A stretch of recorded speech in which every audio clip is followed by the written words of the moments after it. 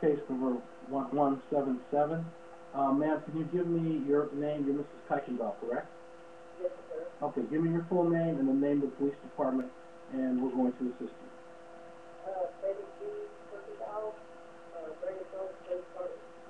Okay, tell me what happened.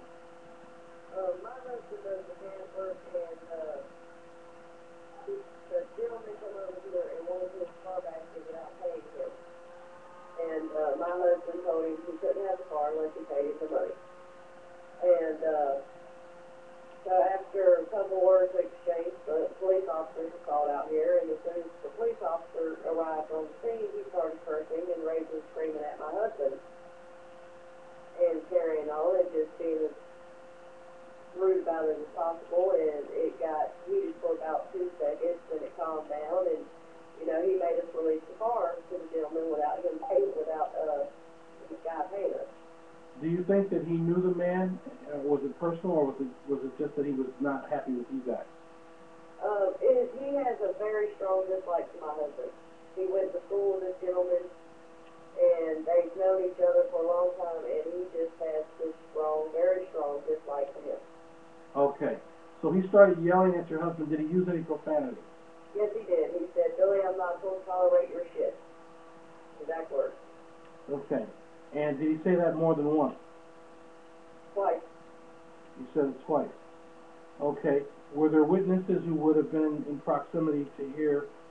Just my children and myself and my husband, because the officer came, and when he came, that happened, and shortly thereafter, another officer came, because the officer that I'm talking about didn't even approach us until the other officer arrived. That's how aggravated he was.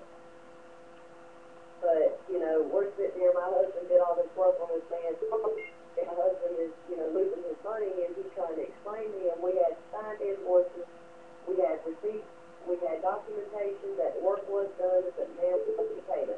Okay. How much did the man owe on the car? $200. Okay.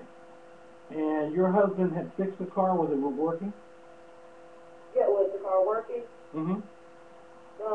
He actually, when the gentleman come over here, he wanted a head gasket set put into his car because he said his head was closed. Mm-hmm. So we took the head down there and had it pressure checked and surfaced, because the head was forked because somebody ran the car hot at one point in time. Mm-hmm. And we explained this to the gentleman that he was working on the car for, and he was okay with it, and we had the receipt for the machine shop work. Okay. Okay. All right. Now, was the man who was trying to get his car back, was he in the area when the officer was making the comment? Yes, he was. So he would have heard it? Yes, sir. Okay. And did the officer tell you you had to take it to civil court? He told us that we had to release the car. If we didn't, that he would take my husband to jail for grand theft auto. Mm-hmm. And like I told you before, we have signed invoices for my husband even tears apart even one piece on that car that is a binding contract that, you know, for certain things. And if the bill's not paid, we have the right to leave the car and to keep it until the bill is paid. Okay. Okay. Can you send us that paperwork? Yes, I can. Okay. We're going to file your complaint in a few days. My secretary will call you back tomorrow, and she'll make some... I'm nervous about filing this complaint because, I mean, we live in a small town, and this guy can make your life very hard. Well, let me tell you something. That's why you called us. Let me just tell you a few things, all right? Okay.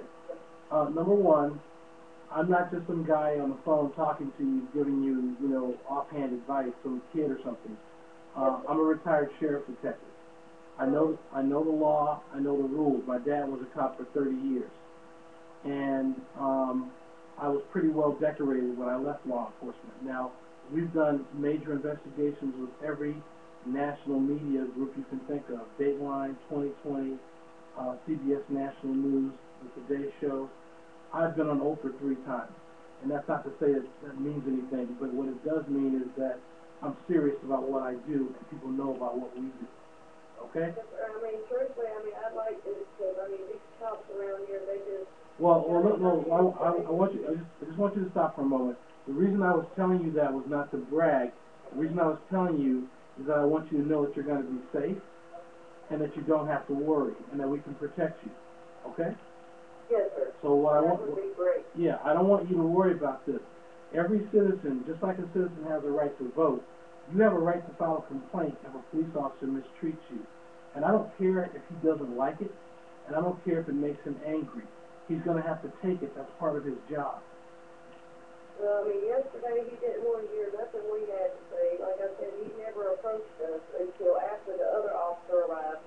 Okay. And he come over and he was being very nice, and he told us that if we kept the car, that if any damage was done to it, we'd be held liable. Well, let me just stop you there. That should have been the extent of the advice you were given.